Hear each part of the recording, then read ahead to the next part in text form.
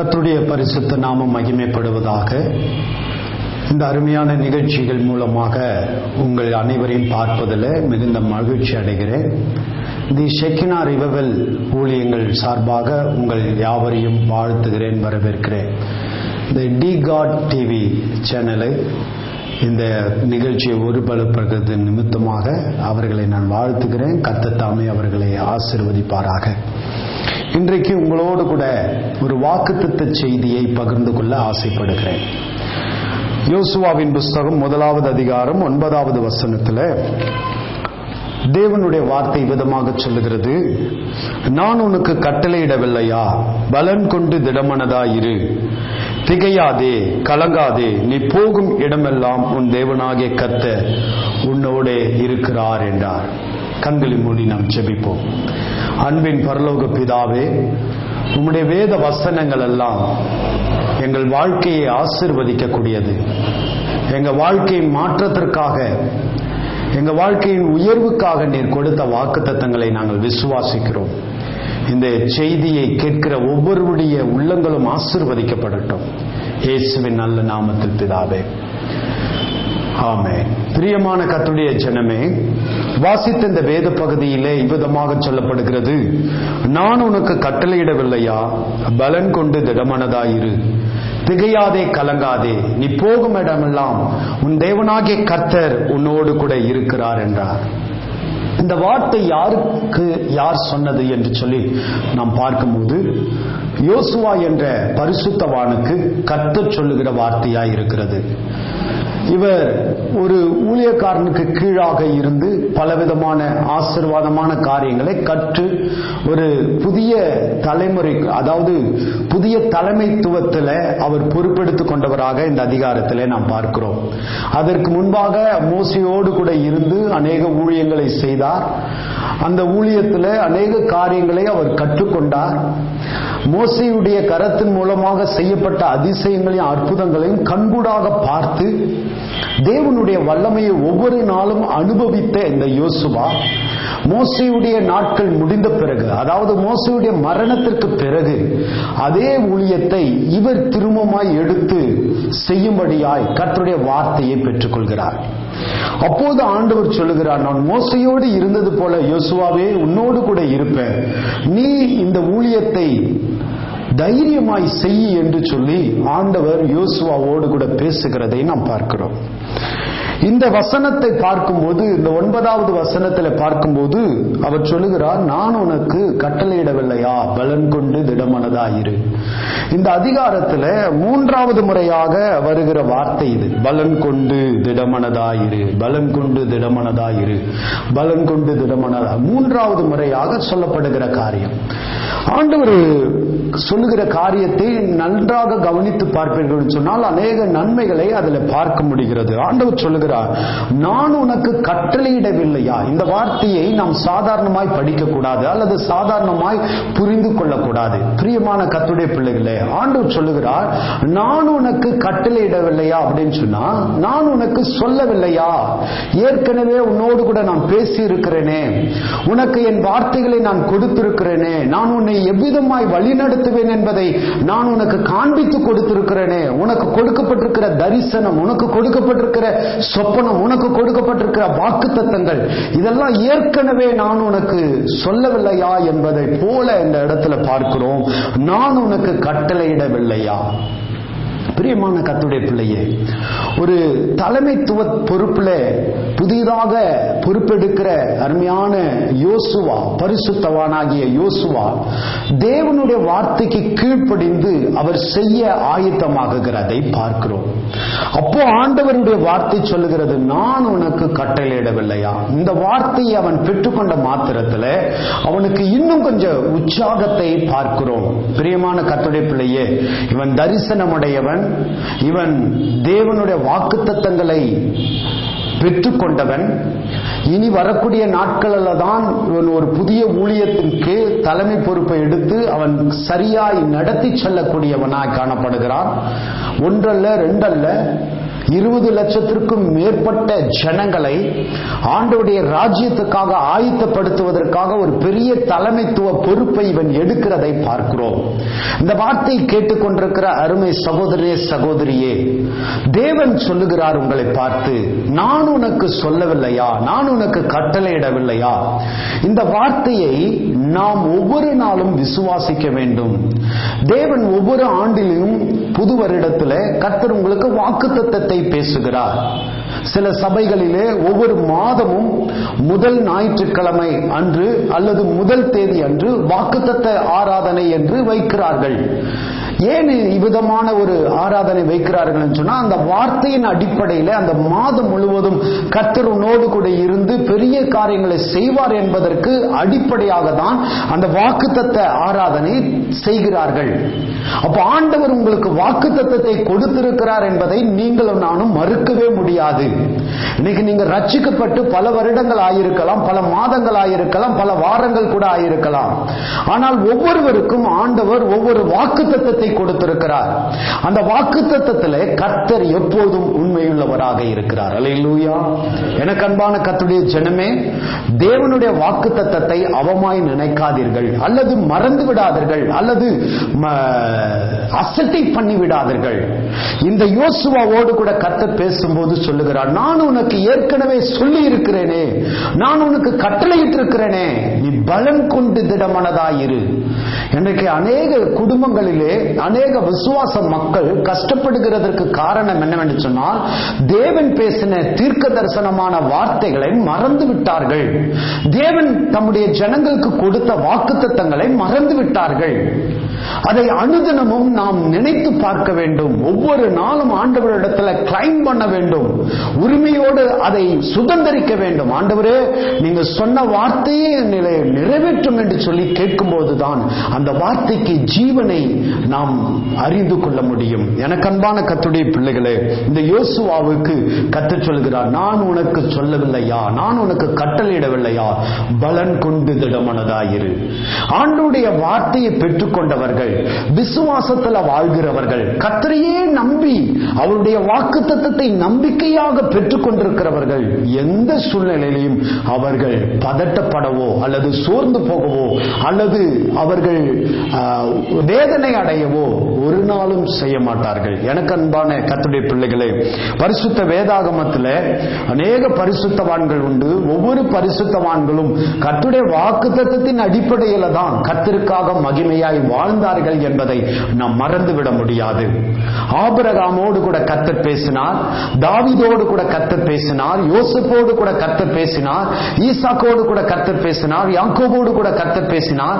இவர்களுடைய வாழ்நாட்களை பார்க்கும்போது ஒவ்வொரு முறையும் அவர்கள் தேவனிடத்தில் கடந்து வரும்போது ஆபிரகாமின் தேவனே என்று சொல்லி ஈசாக்கு ஜெபிக்கிறதையும், யாக்கோபு ஆபிரகாமின் தேவனும் ஈசாக்கின் தேவனே என்று சொல்லி ஜெபிக்கிறதையும், யாக்கோபுக்கு பின்வரும் பரிசுத்தவான்கள் ஆபிரகாமின் தேவனே, ஈசாக்கின் தேவனே, யாக்கோபின் தேவனே என்று ஜெபிக்கிறதையும் நாம் பார்க்க முடிகிறது. இது எதை குறிக்கிறது? ஆண்டவர் ஆபிரகாமுக்கு கொடுத்த வாக்குத்தத்தத்தை இவர்களும் சுதந்தரித்து கேட்கிறார்கள். ஈசாக்குக்கு கொடுத்த வாக்குத்தத்தத்தை இவர்களும் சுதந்தரித்து கேட்கிறார்கள். யாக்கோபுக்கு கொடுத்த வாக்குத்தத்தத்தை இவர்களும் சுதந்தரித்துக் கொள்கிறார்கள். இன்றும் நானும் கூட அல்லது நீங்களும் கூட இந்த ஜெபத்தை ஏறெடுத்திருக்கலாம். நீர் ஆபிரகாமின் தேவன் என்றும் ஈசாக்கின் தேவன் என்றும் யாக்கோபின் தேவன் என்றும் சொல்லி நீங்க ஜெபிக்கலாம். பாருங்கள், எலியா என்ற தேவ மனுஷன் வேதத்திலே பார்க்கும்போது 1 ராஜாக்களின் புஸ்தகம் 18வது அதிகாரம் 36வது வசனத்துல தேவனுடைய வார்த்தையை அவர் விதமாக சொல்லுகிறார். நீர் ஆபிரகாமின் தேவன் என்றும், நீர் ஈசாக்கின் தேவன் என்றும், நீர் யாக்கோபின் தேவன் என்றும், உம்முடைய வார்த்தையின்படி இவைகளெல்லாம் நான் செய்கிறேன் என்றும் இன்றைக்கு விளங்க பண்ணும் என்று சொல்லி அவர் ஜெபிக்கிறதை பார்க்கிறோம். பிரியமானவர்களே, இந்த ஜெபம் சாதாரண ஜெபம் அல்ல. அந்தி பலி செலுத்துகிறதான வேளையிலே எலியா அந்த பலியை தேவனுடைய சமூகத்தில் வைத்து செப்பனிடும்படியாக ஜெபிக்கிறதை பார்க்கிறோம். பாகாலின் விக்கிரக ஆராதனை ஜனங்களுக்கு முன்பாக அவர் ஒரு சவாலோடு ஜெபிக்கிற ஜெபமாக இந்த ஜெபம் காணப்படுகிறது. இந்த ஜெபத்தை ஏறெடுக்கும் போது அவர் முன் சொன்ன வார்த்தைகளை அவர் நினைவு கூர்ந்து ஜெபிக்கிறதை பார்க்கிறோம். நீர் ஆபிரகாமின் ஈசாக்கின் யாக்கோபின் தேவன் என்றும் உம்முடைய வார்த்தைகளின்படியே இவைகள் எல்லாம் நான் செய்கிறேன் என்றும் இன்றைக்கு விளங்க பண்ணும் என்று சொல்லுகிறார். சங்கீதக்காரன் 33வது சங்கீதத்தில் சொல்கிறார், அவர் சொல்ல ஆகும், அவர் கட்டளையிட நிற்கும் என்று எழுதப்பட்டிருக்கிறது. அது மாத்திரமல்ல, என்னாகமத்தின் புஸ்தகம் 23வது வசனத்தில் சொல்லப்பட்டிருக்கிறது, அவர் சொல்லியும் செய்யாதிருப்பாரா, அவர் வசனித்தும் நிறைவேற்றாதிருப்பாரா என்று எழுதப்பட்டிருக்கிறது. சங்கீதம் 105 எழுதப்பட்டிருக்கிறது, அவர் உனக்கு கொடுத்திருக்கிற வாக்குத்தத்தத்தை நிறைவேற்றும் அளவும் உன்னை கைவிடுகிறதில்லை என்று சொல்லப்பட்டிருக்கிறது. எனக்கு அன்பான கர்த்தருடைய பிள்ளையே, உனக்கு கொடுத்த வார்த்தையை கர்த்தர் மறந்து விடுவாரா? நீ மறந்து விடாதே. அவர் வாக்குத்தத்தத்தில் எப்போதும் உண்மையுள்ளவராக இருக்கிறார். உனக்கு கொடுத்த வாக்குத்தத்தங்கள் நிச்சயம் உன் வாழ்க்கையில நிறைவேறும். உனக்கு கொடுக்கப்பட்ட தரிசனம் நிச்சயம் உன் வாழ்க்கையில நிறைவேறும். உனக்கு கொடுக்கப்பட்டிருக்கிறதான தீர்க்க தரிசனங்கள் நிச்சயம் உன் வாழ்க்கையில நிறைவேறும் என்பதை நான் விசுவாசிக்கிறேன். நீங்கள் விசுவாசிப்பீர்கள் என்று சொன்னால் இந்த வார்த்தைகள் எல்லாம் உன் வாழ்க்கையில ஜீவனாய் மாறும். எனக்கு அன்பான கர்த்தருடைய பிள்ளைகளே, ஒரு முறை நான் ஊழியம் செய்து கொண்டிருக்கிற கோயம்புத்தூர் பட்டணத்திலிருந்து பல கிலோமீட்டர் தூரம் சென்று ஒரு ஊழியக்காரனை சந்திக்கும்படியாக கர்த்தருடைய ஆவியிலே உந்தப்பட்டு நான் கடந்து சென்றிருந்தேன். அந்த ஊழியக்காரன் அவர் சோர்ந்து போன ஒரு முகத்தோடு கூட காணப்பட்டார். அவரையும் அவருடைய மனைவியும் நான் சந்தித்து பேச ஆரம்பித்தேன். அவர் இவ்விதமாக சொன்னார், பாஸ்டர், எத்தனையோ வருடமாக இந்த இடத்துல நான் ஊழியம் செய்கிறேன், ஆனா இந்த ஊழியத்தில் ஒரு வளர்ச்சியும் இல்லை. அதனால இந்த ஊழியத்தை நான் விட்டு நான் என்னுடைய சொந்த ஊருக்கே கடந்து சென்று விடலாம் என்று சொல்லி நான் விரும்புகிறேன். என்னால் இந்த ஊழியத்தை எடுத்து செய்ய முடியாது போல இருக்கு என்று சொல்லி அவர் சோர்ந்து போய் இந்த வார்த்தைகளை சொன்னார். அப்போதான் ஆண்டவருக்கு நன்றி செலுத்தினேன். கர்த்தர் சரியான நேரத்தில் என்னை அவர் முன்பாக கொண்டு போனார் என்று சொல்லி நான் அவரை பார்த்து விதமாய் கேட்டேன், அருமையான ஊழியக்காரனே, கர்த்தர் சொல்லிதான் இந்த இடத்திற்கு நீங்கள் வந்திருக்கிறீர்களா? கர்த்தர் சொல்லிதான் இந்த இடத்துல கர்த்தருடைய ஊழியத்தை தொடங்கினீர்களா அப்படின்னு கேட்டபோது அவர் 100% ஆமாம், கர்த்தர் சொல்லிதான் இந்த இடத்துக்கு நான் வந்திருக்கிறேன், கர்த்தர் எனக்கு தரிசனம் கொடுத்துதான் இந்த இடத்துக்கு வந்திருக்கிறேன்னு சொன்னார். அப்போ நான் சொன்னேன், என்னுடைய அனுபவத்தோடு கூட பல காரியங்கள் அவர் இடத்துல பேசிவிட்டு நான் சொன்னேன், அருமையான ஊழியக்காரனே, கர்த்தர் உனக்கு வாக்குத்தத்தத்தை கொடுத்து இந்த இடத்துக்கு அனுப்பியிருப்பாரானால், கர்த்தர் உனக்கு தரிசனத்தை கொடுத்து இந்த இடத்துல ஊழியம் தொடங்கு என்று சொல்லி ஆண்டுடைய வழிநடத்துதலின்படி நீங்கள் தொடங்கியிருப்பீர்களானால் நிச்சயம் ஆண்டவர் ஒருபோதும் உன்னுடைய ஊழியத்தை கைவிடவே மாட்டார், உன்னையும் கைவிடவே மாட்டார் என்று சொன்னேன். அல்லேலூயா. பிரியமானவர்களே, அநேக நேரங்களிலே சுயமாய் எத்தனையோ காரியங்களிலே தலையிட்டு எத்தனையோ பிசினஸை ஆரம்பித்து விட்டு எத்தனையோ ஊழியங்களை தொடங்கிவிட்டு எத்தனையோ காரியங்களிலே ஈடுபட்டு விட்டு ஆண்டவர் சொன்னார் ஆண்டவர் சொன்னார் ஆண்டவர் சொல்லி ஆண்டவர் சொல்லாததை அவிதமாக நினைத்துக் கொண்டு நாமவாகவே தொடங்கி இன்றைக்கு ஒண்ணுமில்லாத நிர்கதியான சூழ்நிலையிலே எத்தனையோ பேர் மக்களை நான் பார்த்து வருகிறேன். ஒருவேளை நீங்கள் அவிதமான ஒரு சூழ்நிலையில் இருப்பீர்கள் என்று சொன்னால் ஆண்டவரிடத்தில் கேளுங்கள், கர்த்தாவே, நீர் எனக்கு கொடுத்த ஊழியமா இது, நீர் கொடுத்த குடும்பமா இது, நீர் கொடுத்த பிள்ளைகளா, நீர் கொடுத்த பிசினஸா, இது எல்லாமே தேவன் தான் உங்களுக்கு குடும்பத்தை கொடுத்தார், தேவன் தான் உங்களுக்கு பிள்ளைகள், அதுல எந்த விதமான சந்தேகமும் இல்லை. ஆனால் ஏதாவது ஒரு பிரச்சனை வரும்போது அவரிடத்துல நாம் முறையிடலாம். ஆண்டவரே, நீர் கொடுத்த குடும்பத்துக்கு எந்த சேதமும் வரக்கூடாது, நீர் கொடுத்த பிள்ளைக்கு எந்த சேதமும் வரக்கூடாது என்று சொல்லி நீங்கள் ஜெபிக்கும் போது மாத்திரமே இந்த வார்த்தை உங்கள் வாழ்க்கையில் ஜீவனாய் பாயும். பிரியமான கர்த்தருடைய பிள்ளையே, இன்னொரு அனுபவத்தை நான் சொல்ல முடியும். அந்த ஊழியக்காரனை குறித்து நான் சொல்லி முடிக்கிறேன். அந்த ஊழியக்காரனை பலப்படுத்தி ஜெபித்து கடந்து வந்தேன். இன்றைக்கு அந்த ஊழியக்காரனுடைய ஊழியம் பல மடங்கு ஆசீர்வதிக்கப்பட்டிருக்கிறது. அல்லேலூயா. அதற்காக கர்த்தரை ஸ்தோத்திரிக்கிறேன். இன்னொரு காரியத்தை நான் சொல்ல விரும்புகிறேன். எனக்கு 2000 எனக்கு திருமணம் நடந்தது. 2001 என்னுடைய மனைவி 7 மாத கர்ப்பிணியாய் காணப்பட்டால், அந்த சூழ்நிலையில என்னுடைய மனைவியுடைய வயிற்றில் இருந்த என்னுடைய பிள்ளை 7 மாத முடிவிலே அவள் மரித்து போனவளாய் காணப்பட்டார். என்னுடைய மனைவி மெடிக்கல் லைன்ல இருக்கிறாங்க. அவங்க ஸ்டாஃப் நர்ஸா இருந்து முழு நேர ஊழியத்திற்கு கடந்து வந்தவர்கள். என்னுடைய மதர் இன் லாவும் அதே போல ஸ்டாஃப் நர்ஸா இருந்து அவர்கள் ஊழியத்திற்காக தன்னை அர்ப்பணித்து ஊழியம் செய்து வருகிறார்கள். ஆனால் அந்த நாட்கள்ல மெடிக்கல் ரீதியாக வழியாக வயிற்றுக்குள்ளே இருக்கிற அந்த குழந்தையை எல்லா விதமான செக்கப்பும் பண்ணிவிட்டு மரித்து போன ஒரு நிலைமையில இருக்கிறது என்று தெரிந்த பிறகு அவர்கள் அழுத அழுகைக்கு அளவே இல்லை. அவர்கள் ரொம்ப வேதனைப்பட்டு, ஐயோ தேவன் கொடுத்த குழந்தையாச்ச, ஏன் இப்படி ஒரு சூழ்நிலை நமக்கு வந்துவிட்டது என்று சொல்லி ரொம்ப வேதனையோடு துக்கத்தோடு அவர்கள் காணப்பட்டார்கள். கிட்டத்தட்ட ஒரு 5-6 மணி நேரம் வயிற்றுல உள்ள குழந்தைக்கு எந்த விதமான துடிப்பும் இல்லை. மெடிக்கல் ரீதியா எல்லா செக்கப்பும் பண்ணியாச்சு, அதுல எந்த ஒரு செயலும் இல்லை. குழந்தை வயிற்றுக்குள்ளேயே இறந்து கிடந்தது. அந்த நேரத்தில் நான் 70 கிலோமீட்டர் தூரத்தில் கடந்து சென்று கர்த்தருடைய ஊழியத்தை செய்துவிட்டு என்னுடைய வீட்டுக்கு திரும்பி வருகிறேன். வீட்டுக்கு வந்து பார்க்கும்போது என் மனைவி ஒரு பக்கம், என்னுடைய மாமியார் ஒரு பக்கம், என்னுடைய பாட்டி ஒரு பக்கம், எல்லாருமே வீட்டில் அழுது கொண்டிருக்கிறார்கள். அதை பார்த்த உடனே எனக்கு ரொம்ப வேதனை ஆயிடுத்து. அவரிடத்துல கேட்டேன், என்ன பிரச்சனை, எதற்காக இப்படி அழுது கொண்டிருக்கிறீர்கள் என்று கேட்டேன். அப்ப அவர்கள் சொன்னார்கள், வயிற்றில் இருக்கிற குழந்தை செத்து போய்விட்டது. அத சொல்ல முடியாத அளவுக்கு அவர்கள் துக்கம். அந்த காரியத்தை சொல்லும் போது நான் சொன்னேன், ஒருபோதும் நீ கவலைப்படாத, கர்த்தர் கொடுத்த வாக்குத்தத்தம் இருக்கிறது. அல்லேலூயா. கர்த்தர் கொடுத்த வாக்குத்தத்தம் இருக்கிறது. அதை வைத்து நம்ம ஜெபித்து ஆண்டவரிடத்துல கேட்போம், கர்த்தருடைய சித்தமா இது, ஆண்டவரே நீர் எடுத்துக்கொள்வது சித்தமா இருந்தா எடுத்துக்கொள்வோம் என்று கேட்போம். அதனால நம்ம சோர்ந்து போக வேண்டாம். ஏன் அப்படின்னா, வயிற்றுக்குள்ள இருக்கிற அந்த குழந்தை சாவதற்கு பலவிதமான சூழ்நிலைகள் சாதகமாய் இருந்தது. ஏன்னா நான் மனைவியை மேரேஜ் பண்ணிக்கொள்ளும் போது, என் துணைவியாய் நான் பெற்றுக்கொள்ளும் போது அவர்களுக்கு சிக்கன் பாக்ஸ் போட்டிருந்தது, அம்மை போட்டிருந்தது. அந்த அம்மை நேரத்தில் மருத்துவர் ஆலோசனை கொடுத்தார், உங்களுக்குள்ள எந்த விதமான உறவும் வைத்துக் கொள்ளக்கூடாது, அப்படி வைத்துக் கொள்வீர்கள் என்றால் குழந்தை ஊனமாய் பிறக்கும் என்று சொல்லி சொன்னார். இன்னொரு காரியம் நடந்தது என்னன்னு சொன்னால், என்னுடைய மனைவி அந்த நேரத்தில் எக்ஸ்ரே டிபார்ட்மெண்ட்ல ஒர்க் பண்ணிக்கிட்டு இருந்தாங்க. சோ அந்த கதிர்வீழ்ச்சியினாலும் கூட குழந்தை ஊனமாய் பிறக்கும் என்பதனால அந்த விதமான ஒரு சூழ்நிலையிலும் கடந்து வந்தது.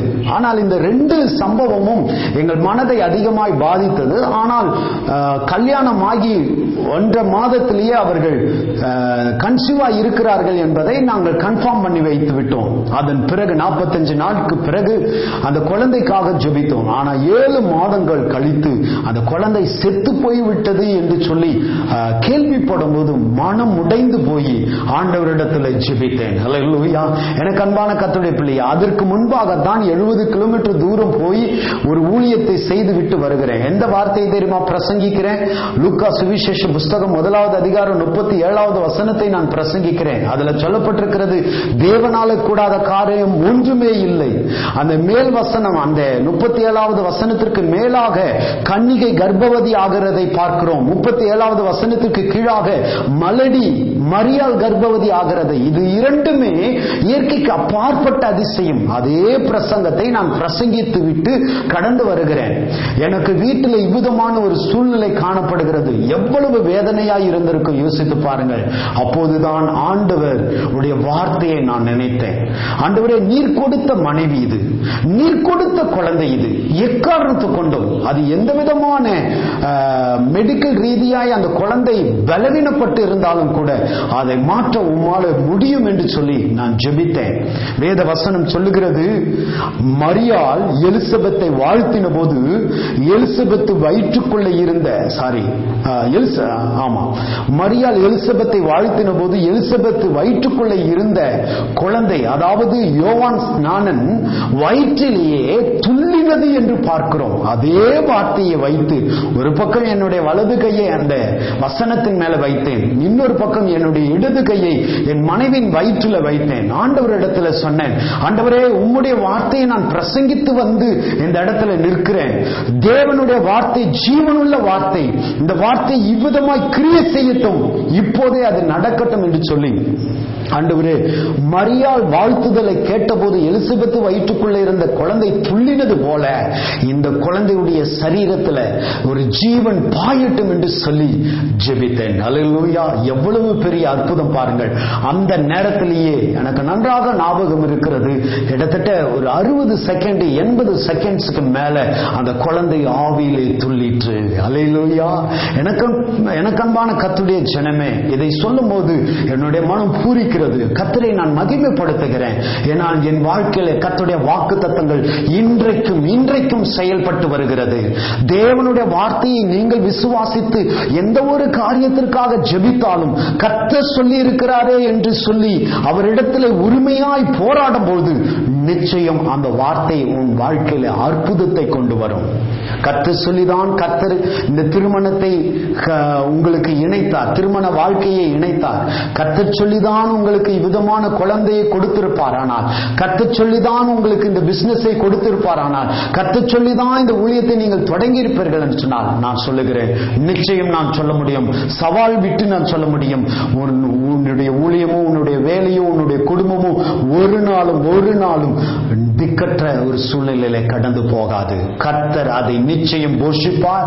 அந்த ஊழியம் வளரும், அந்த பிசினஸ் ஆசீர்வதிக்கப்படும், அந்த குடும்பங்கள் நிச்சயம் கர்த்தருக்கு முன்பாக தலைத்து நிற்கும். ஆண்டவர் அந்த குடும்பத்தின் மூலமாய் தேவ நாமம் மகிமைப்படும். எனக்கு அன்பான கர்த்தருடைய பிள்ளையே, இந்த வசனம் சொல்லுகிறது, நான் உனக்கு கட்டளையிடவில்லையா, நான் உனக்கு சொல்லி இருக்கிறேனே. எனக்கு அன்பான கர்த்தருடைய ஜனமே, இந்த நிகழ்ச்சியை பார்த்து கொண்டிருக்கிற பிரியமான தேவ பிள்ளைகளே, உங்கள் ஒவ்வொருவருக்கும் நான் சொல்லுகிறேன், தேவ வார்த்தையை அவமாய் நினைக்காதீர்கள், தேவ வார்த்தையை மறந்து விடாதீர்கள், எழுதி வைத்துக் கொள்ளுங்கள், ரெக்கார்ட் பண்ணி கொள்ளுங்கள். நான் எப்பொழுது எந்த தீர்க்கதரிசி இடத்துல போகும்போதும் என்னுடைய செல்போன்ல வாய்ஸ் ரெக்கார்டை அழுத்தி விட்டு நான் கடந்து போய் முழங்கால் படியிடுவேன், ஜெபித்துக் கொள்வேன். ஆண்டவர் பேசுகிற வார்த்தைகளை கேட்டு அதன்படி ஜெபித்து அதன்படி எழுதி வைத்து ஒவ்வொரு நாளும் சொல்லுவேன், ஆண்டவரே நீங்க சொன்ன வார்த்தை நிறைவேறட்டும், நீங்க சொன்ன வார்த்தை நிறைவேறட்டும். பிரியமான தேவ பிள்ளைகளை, ஒரு 5 வருடத்திற்கு முன்பாக, அதாவது என்னுடைய ஊழியம் தொடங்கி கிட்டத்தட்ட 18 வருடங்கள் ஆகிவிட்டது. அந்த 18 இன்றைக்கு காலகட்டத்தில் பார்க்கும்போது 5 வருடத்திற்கு முன்பாக நான் ஊழியத்தில் மிகவும் சோர்ந்து போனவனாய் காணப்பட்டேன். இந்த ஊழியமே செய்ய முடியாத அளவிற்கு ஒரு பலவீனம் என்னை பாதித்தது. அந்த நேரத்தில் ஊழியமே வேண்டான்ற ஒரு நிர்கதியான சூழ்நிலையில காணப்படும் போது சிங்கப்பூர்ல பாஸ்டர் ஆமோஸ் ஜெயரத்னம் அவர்களை நான் தற்செயலாய் மீட் பண்ணேன். என்னுடைய வாழ்க்கையில் அது தற்செயலி என்று சொல்லி நான் சொல்ல முடியாது. கர்த்தர் 100க்கு 100 முன்குறித்து அவரை மீட் பண்ண உதவி செய்தார். அவரை சந்தித்து அவரிடத்தில் ஜெபித்துக் கொண்டேன். ஜெபித்த மாத்திரத்தில் எவ்வளவு பெரிய அற்புதம் பாருங்கள். என் வாழ்க்கையை குறித்த எல்லா காரியத்தையும் அவர் புட்டு எல்லாவற்றையும் தெளிவா என்னோடு கூட பேசினார். 5-10 நிமிடங்கள் எனக்கு தீர்க்க தரிசனம் சொன்னார். அடுத்த 7 ஆண்டுக்குள்ளே உன்னுடைய ஊழியம் எவ்விதமாய் இருக்கும் என்று சொன்னார். ஆனால் அந்த நாளிலே என்னுடைய ஆவியிலே ஒரு பெரிய பலனை நான் பெற்றுக்கொண்டேன், ஒரு சந்தோஷத்தை பெற்றுக்கொண்டேன்.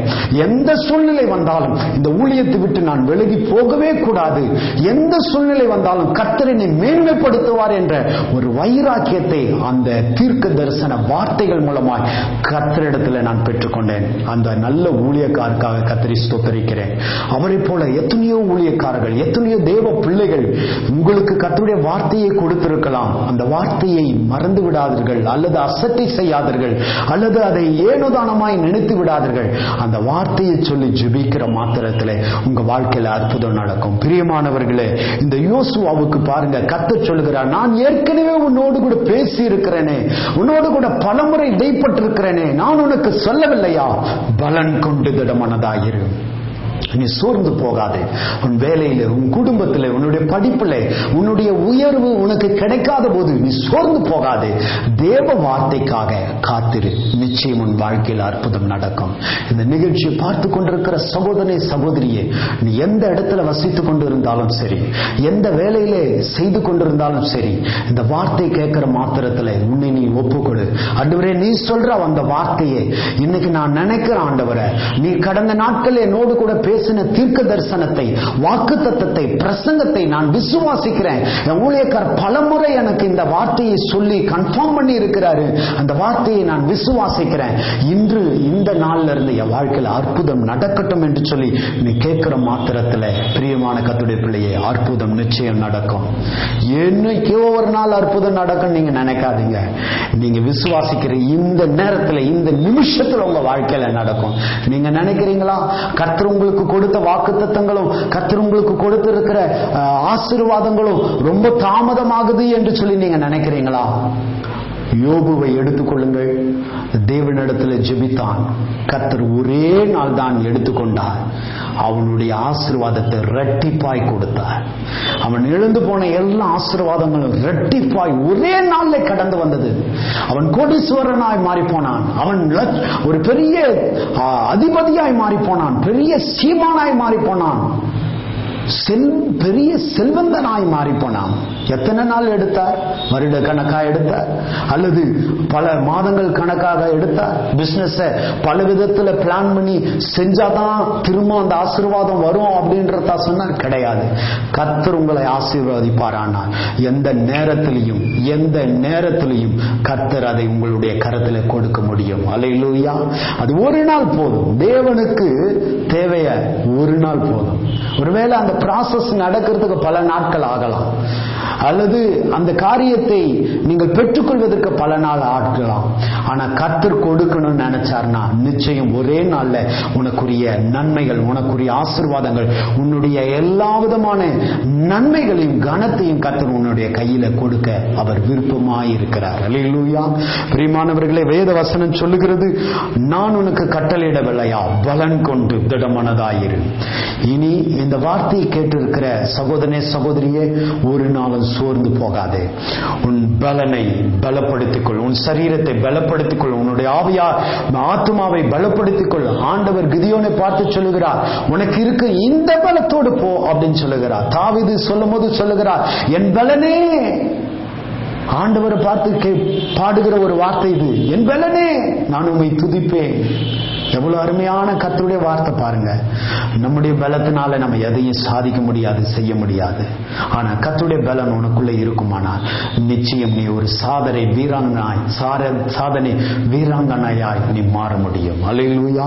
அதுல வசனம் இவ்விதமாய் சொல்லுகிறது, பலன் கொண்டு திடமனதாயிரு, உன் மனதை சோர்ந்து போக விட்டு விடாதே. அடுத்த வார்த்தை விதமாய் சொல்லுகிறது, திகையாதே, கலங்காதே, நீ போகும் இடமெல்லாம் உன் தேவனாகிய கர்த்தர் உன்னோடு கூட இருக்கிறார்.